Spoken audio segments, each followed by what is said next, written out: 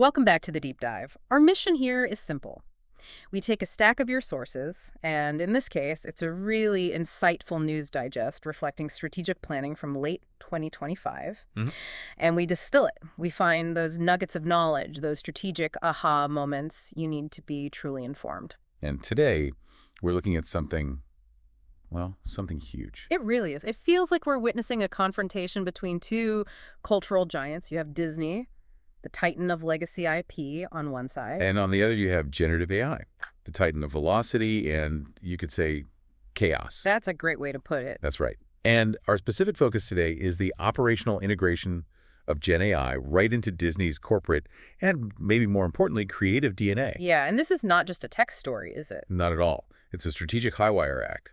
Our mission, really, for this deep dive is to understand how an entertainment company that is built on legacy, on absolute control. And extremely stringent brand standards. Exactly. How do they manage to adopt a technology that is just, synonymous with unprecedented speed, with immense flexibility, and frankly, with unpredictable output?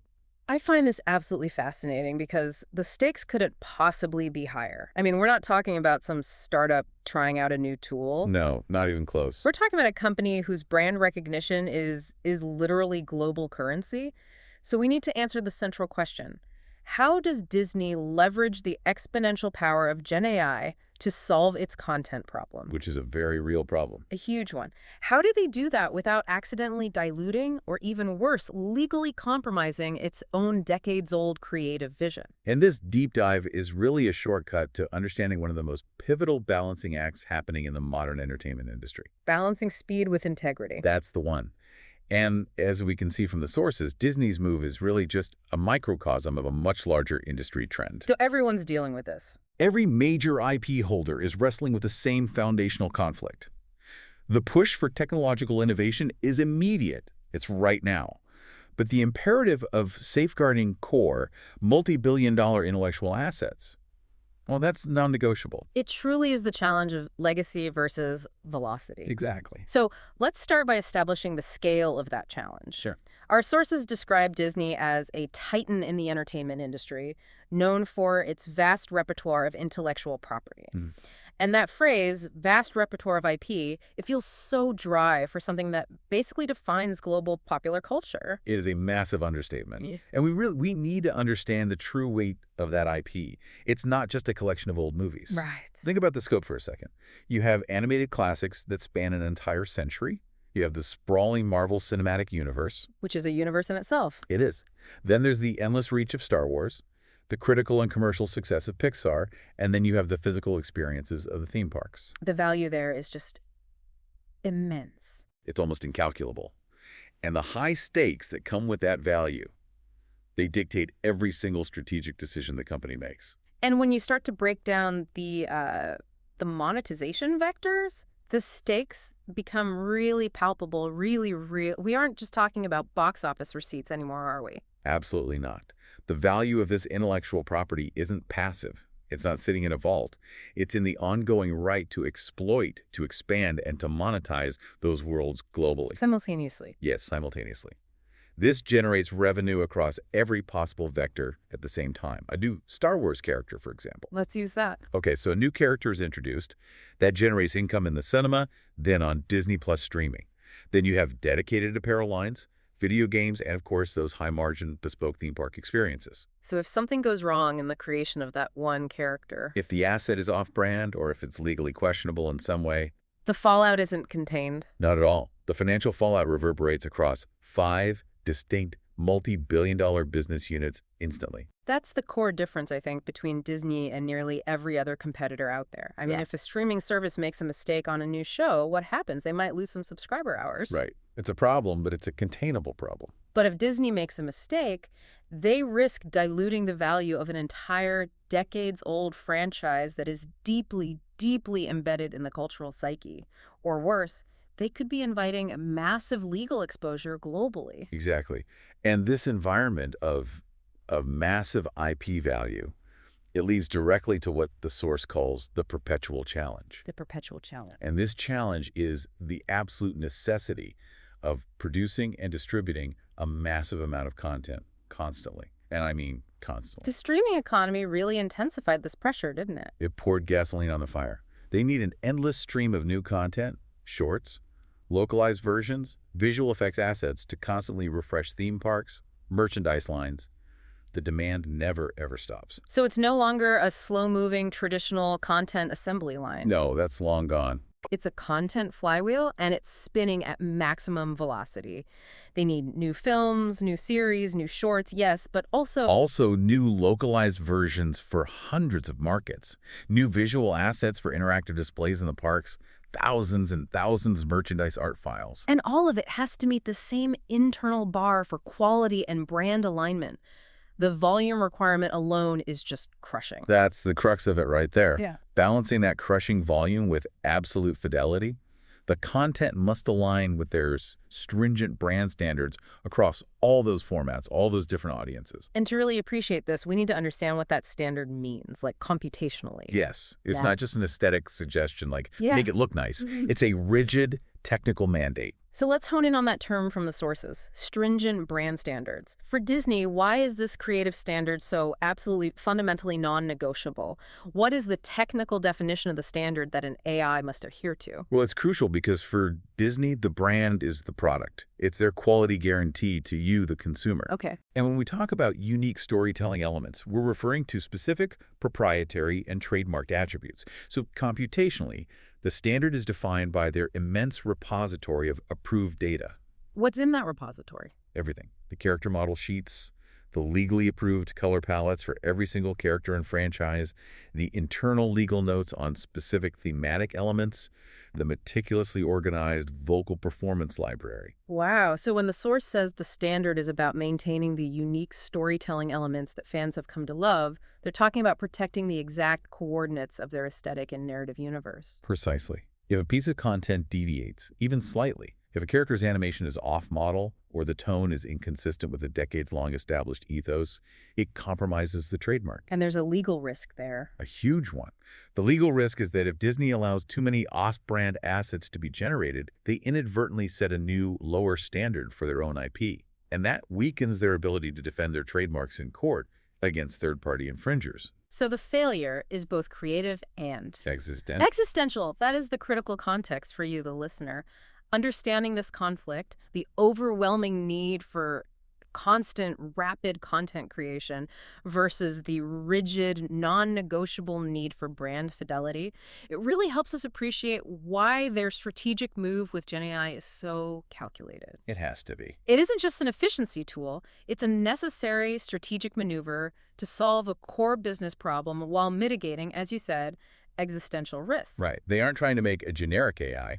They are trying to make a highly controlled, compliant, and proprietary version, Disney Gen AI. Okay, so if the risk is that monumental, the promised payoff must be equally massive to justify this complex integration. It would have to be, yes. The sources introduce the stated benefits of Gen AI as unprecedented speed and flexibility. That sounds powerful, but what does that actually look like when you're operating at the sheer scale of Disney's global operations? Well, that unprecedented speed is the central solution to that perpetual content challenge we just discussed. In practical terms, Gen AI allows them to streamline content creation processes by collapsing those traditional development timelines.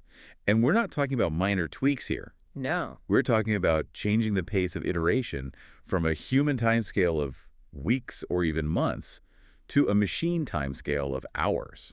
Can we get specific on where this speed actually manifests? Because it's important for the listener to understand this isn't about replacing, say, the core narrative development. No, that's a key distinction. It's about optimizing the immense volume of surrounding work. Absolutely. The benefit is overwhelmingly in the iterative, asset-heavy, and localization phases of production. Okay, give me an example. Let's take concept art generation as a primary example. Traditionally, a human concept artist, working within all those brand guidelines, might spend a week sketching maybe 50 distinct variations of a new alien costume for a Star Wars series. Right, or a new building facade for a theme park. Exactly. A custom-trained Gen AI model can generate thousands of distinct, on-brand, and stylistically compliant concepts in an hour. That completely shifts the human effort, doesn't it? Entirely. The human creative director stops being the laborer who is sketching the concepts and becomes a high-level curator and decision-maker. That's it. They're selecting the best 10 variations out of 5,000, instead of struggling to sketch 50 by hand. It's a massive acceleration of that pre-production A phase. huge one. And another big area is pre-visualization and location scouting. Oh, interesting. Directors and VFX supervisors, they need constant iterations of scene blocking, lighting tests, set designs, all before they commit to an expensive physical or digital shoot. Which costs millions. Potentially, yes. Gene AI can rapidly prototype photorealistic environments based on established IP assets, which significantly reduces the cost and the time of these initial setup phases. So where else does this faster turnaround translate into real business value, especially when you consider the global nature of Disney? Localization and international distribution are absolutely critical. Think about a new animated short. It needs dubbing and subtitles, of course, but it also needs culturally appropriate graphic assets for marketing and merchandise in dozens of different markets. That sounds like a logistical nightmare. It is, but a model trained on Disney's specific visual language and, critically, on localized brand style guides can rapidly adapt existing assets. Give me a real-world example of what you mean by localized asset generation. What exactly is the AI producing here? Okay, so consider apparel design for the Asian market, where certain color combinations or mythological symbols might be culturally sensitive or inappropriate. Right, you can't just slap the same t-shirt design everywhere. No. So instead of manually reviewing thousands of designs in each market, the Gen AI can auto-generate culturally approved patterns for merchandise based on those localized brand style guides. That saves weeks of international legal and marketing review time. Which is pure profit, really. And it ensures the content is both culturally resonant and strictly compliant with the required fidelity. That achieves a faster turnaround time for global distribution. So that is the flexibility part of the equation coming into play. That's it, the ability to adapt and redeploy assets rapidly based on the platform, the region, or the audience without that slow, manual human oversight. So we've established the value proposition of speed, but this brings us back to the central tension. This delicate balance between innovation and brand integrity. The core conflict. We keep hearing this is about optimization, not vision, but if the AI is generating 1,000 concepts an hour, are they essentially outsourcing that initial creative spark to a machine that can only synthesize what it's already seen? That's the question. How does Disney ensure the content is still creatively novel and not just a highly sophisticated, rapid remix of its existing IP? That is the essential creative hurdle that they absolutely must clear.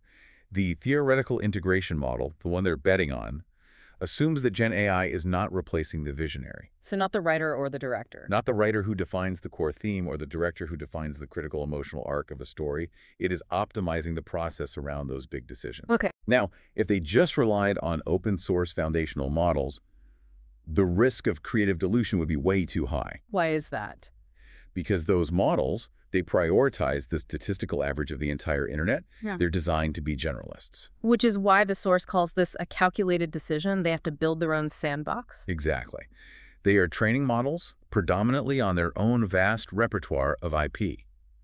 Their internal scripts, their approved style guides, their proprietary visual databases, and all the successful elements from their history. They're trying to bake the Disney flavor directly into the algorithm. They're attempting to internalize it, yes. The goal is efficiency, but it's an efficiency that has to operate strictly within the confines of that distinctive aesthetic covenant they have with their audience. So the human creative director still dictates the narrative structure, the required emotional tone. Yes. And the AI acts as an unbelievably efficient apprentice that only generates the compliant raw material based on those extremely strict parameters. That's the model. So it sounds like the key to success here is tight control over the training data and just ironclad governance over the output parameters. It's quality control at speed. That's the goal. They are defining the boundaries of the sandbox very, very rigidly. Right.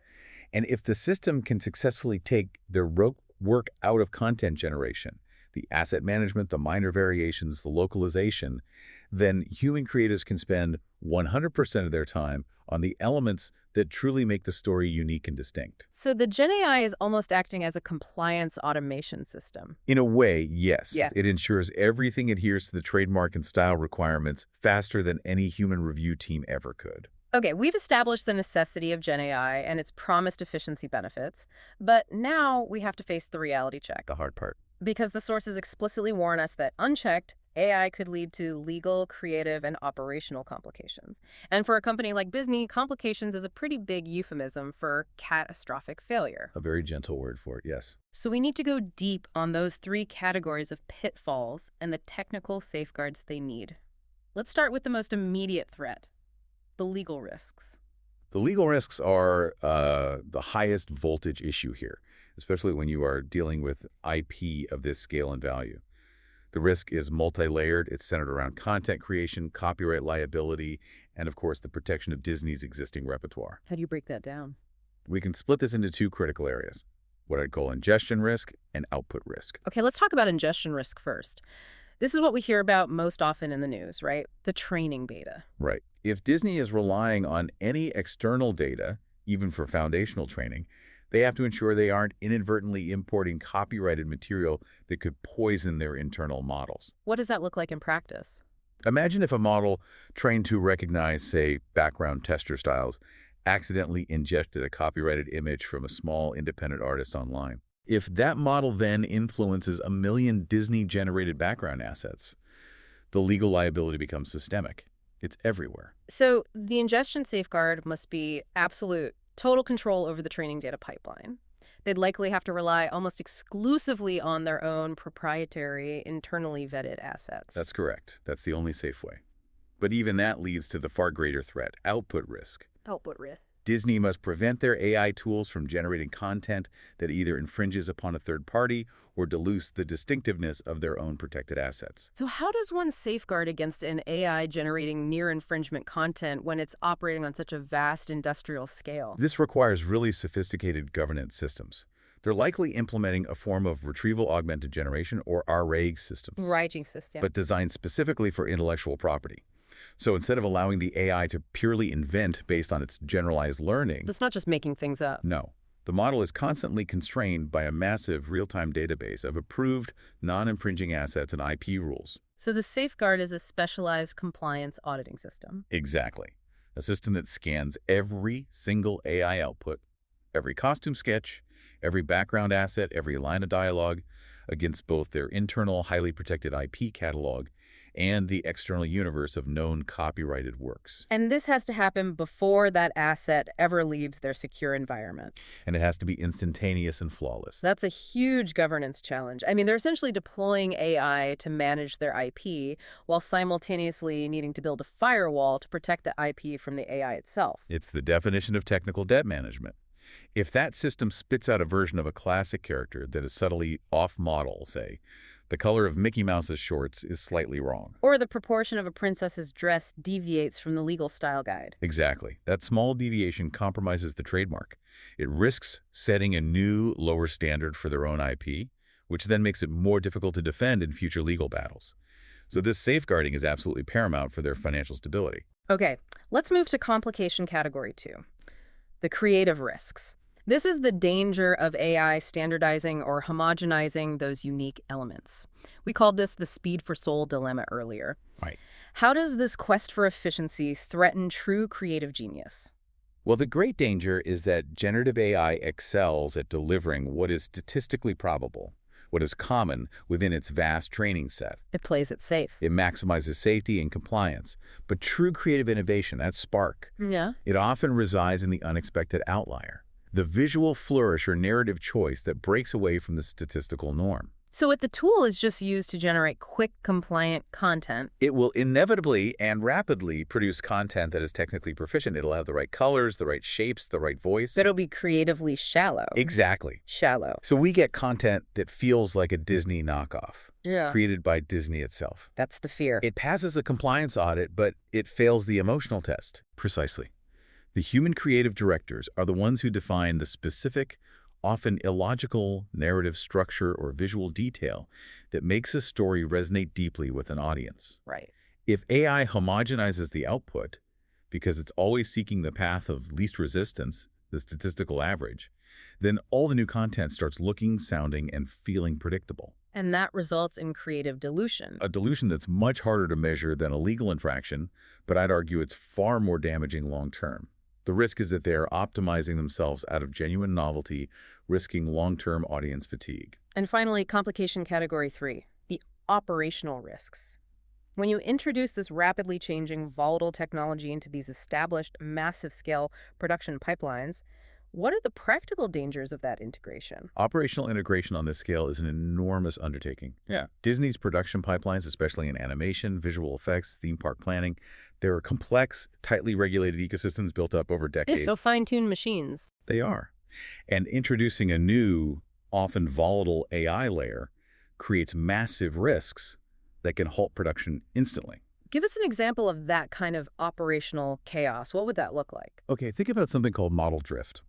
As these Gen AI models are refined and updated, which can be weekly or even daily by the tech partner, the output quality or the subtle style of the assets they produce can subtly change over time without immediate human detection. And that's a problem because... Well, if a model generates, say, 10,000 background assets for a new series over 6 months, and the model subtly drifts in month 3, Oh, I see. suddenly the team realizes 5,000 of those assets are subtly inconsistent in their lighting or their texture. That could require massive amounts of manual correction down the line, completely nullifying the speed benefit. And what about the sheer volume of data management? If a human artist creates a background asset, the studio knows exactly where it came from, who authorized it, what its legal provenance is. But if a Gen AI system creates 1,000 background assets in an hour, The tracking becomes a nightmare. managing the provenance, the quality control, the compliance tracking for all those assets becomes exponentially more difficult. It demands an entirely new, sophisticated infrastructure for data governance and quality assurance, A system that has to be implemented perfectly on day one. and run parallel to the existing non-AI production schedule. If that governance fails, the AI assets become untrustworthy, and that threatens the entire downstream production workflow. So these risks, legal, creative, and operational, they're immense. Which brings us to the pivotal partnership mentioned in the sources, Disney's collaboration with OpenAI. Why is external expertise, specifically from a company like OpenAI, so crucial in this high-stakes context? The partnership is pivotal because it represents an acknowledgement that Disney cannot solve these highly specialized technical and governance challenges alone. They can't do it all in-house? Not at this level. Disney has the IP expertise and the creative vision. They know what needs to be protected. OpenAI provides the bleeding-edge knowledge of model architecture, custom security protocols, and secure deployment in controlled environments. So it suggests they aren't just signing up for a standard enterprise subscription. Oh, definitely not. They are engaging them to custom-build solutions tailored explicitly to the needs of a zero-tolerance IP holder. That is the core strategic assumption here. This likely involves establishing highly controlled, isolated environments where custom models are trained primarily, if not exclusively, on Disney's vetted proprietary data. The sandbox again. Exactly.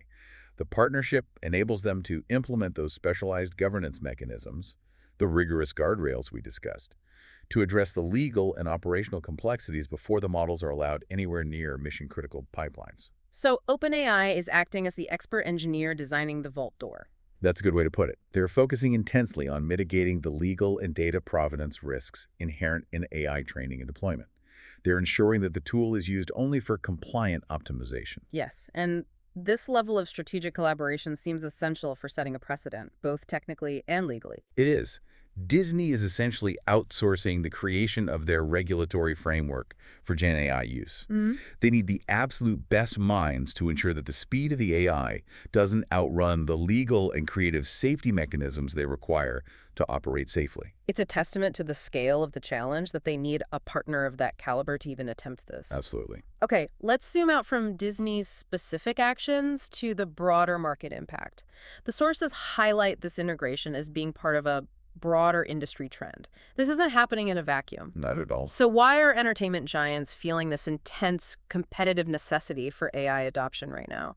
The driver is simple, and it's really threefold. Relevance, economic efficiency, and the content saturation environment we all live in. Right. Entertainment giants are, and I'm quoting here, increasingly relying on AI to stay competitive and relevant in a rapidly evolving digital landscape.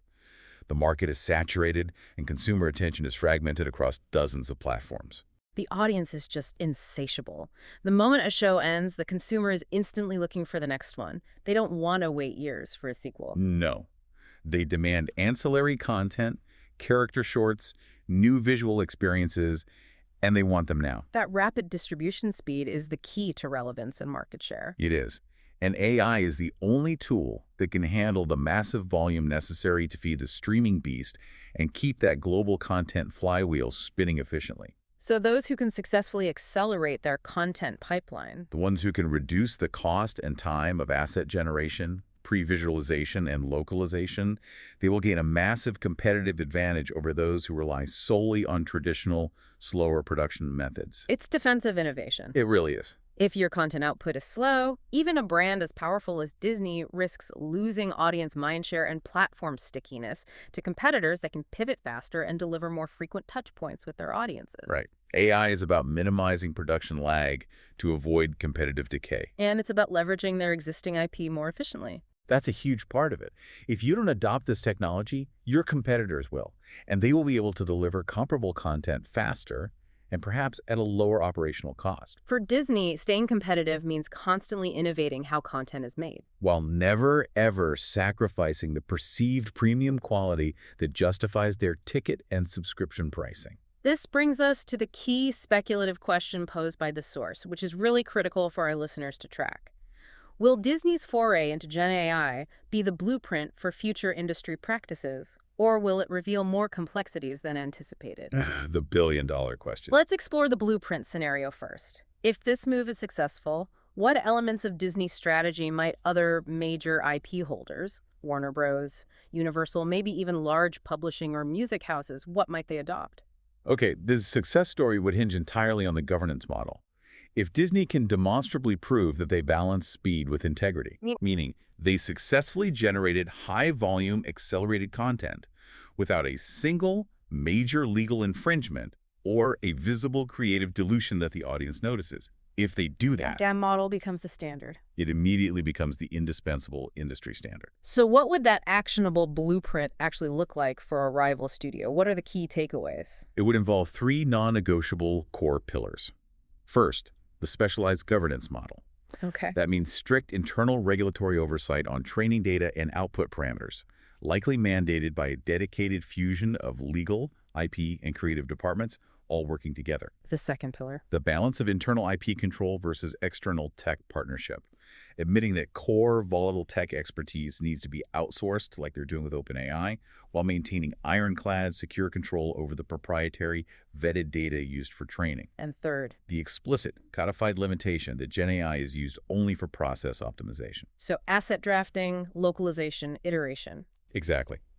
And it is strictly prohibited from replacing the core human creative vision.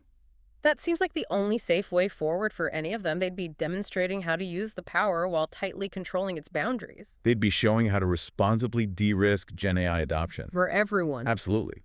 They would set the standard for risk mitigation in high-value creative fields. If they succeed, other studios will quickly follow this path, seeing it as the only viable and safe way to tap into the Gen AI efficiency gains without threatening the legacy franchises that underpin their entire business model. But the sources equally suggest the potential for complexity. A lot of complexity. Yes, they do. So what happens in the complexity scenario? If significant difficulties arise, say massive legal battles, intense creative pushback from human creators, or unforeseen operational failures, what are the consequences for the industry then? Well, if significant difficulties arise, it would create immediate and pervasive caution across the entire sector. A high-profile failure by Disney would essentially put a freeze on rapid creative Gen AI adoption for years. The ripple effect would be immediate. Instantaneous. Let's talk about the legal complexity. If a massive, costly class action lawsuit emerged related to how a Disney model was trained or what it produced, that would immediately highlight the legal instability of the technology in a courtroom. That would be the most severe complexity. It would demonstrate that even with the best legal minds and top-tier technical partners, the inherent risks of copyright and IP infringement are still too high to manage at scale. And what would that signal to investors? It would be a powerful signal to investors that this technology is just too volatile for high-value creative deployment. This would force other studios to retreat. They'd potentially only use Gen AI for extremely low-risk, internal, non-public operational tasks. Like coding assistance or internal data analysis. Stuff that never sees the light of day. And what about the creative complexity? If the content quality visibly declines, or if human artists within the organization feel marginalized to the point of an exodus, that friction could be just as damaging. That creative pushback is the soft complexity, but it's a powerful one. If the Gen AI efficiency comes at the cost of the unique soul or novelty that defines their best work, the best human creators, the true visionary talent, will leave. They'll go to environments where their input is prioritized. Of course. And the content will inevitably suffer regardless of how fast it's produced. This would show the industry that the technology, while fast, is simply not yet suitable for high-level artistic contribution. So it'd be a strong indication that the immense effort required to manage AI in high-value creative fields is currently overwhelming the benefits. And that would lead to a decade of slower, more cautious adoption across the board. So we are truly watching a foundational moment in how popular culture is industrialized. Whether Disney creates a successful blueprint or reveals insurmountable complexities that will define the creative landscape for the next decade. And this is why this deep dive is so vital for you, the learner. The outcome directly impacts the quality, the volume, and indeed the very creation process of the content you consume globally. It's a fundamental shift. It is. When you stream the next blockbuster or see a new visual effect in a film, the strategic governance decisions Disney is making today will dictate the fundamental direction of that culture tomorrow. It's a shift in how magic is made and who or what is making it. We've done a very deep dive into the strategic balancing act today. To quickly synthesize the core tension, Disney, a titan reliant on its vast repertoire of intellectual property, and that stringent brand standard we defined as the aesthetic covenant. They need the unprecedented speed and flexibility of Gen AI to solve their perpetual content challenge. But that speed comes with massive systemic risks. Legal liability stemming from ingestion and output, creative dilution resulting in content homogenization, and critical operational failures like model drift. And the strategic pivotal partnership with OpenAI. That is the designated tool for building the custom governance and technical infrastructure required to mitigate those risks and ensure brand integrity is protected throughout the entire process. It's all about that delicate balance. They are trying to innovate faster than anyone else without sacrificing the very assets that make them valuable in the first place. Ultimately, Disney's success or failure in navigating this will either provide the essential blueprint for the rest of the entertainment industry, showing how to move at the speed of computation while protecting human-scale creativity, or it will serve as a stark, cautionary tale about the complexities of integrating autonomous systems into high-value creative fields. And that leads us to our final provocative thought for you to mull over. Given the intense focus on safeguarding those unique storytelling elements, the compliance with that core aesthetic covenant, if AI successfully masters the Disney aesthetic for high-speed content generation, creating output that is functionally and stylistically indistinguishable from the human-created content, does the source of that creativity, human or machine, ultimately matter to the average consumer? Or just the flawless compliance with the recognized, beloved brand standard? That's the question. When compliance is automated, what defines the soul of the output? Thank you for diving deep with us today. I'll catch you next time.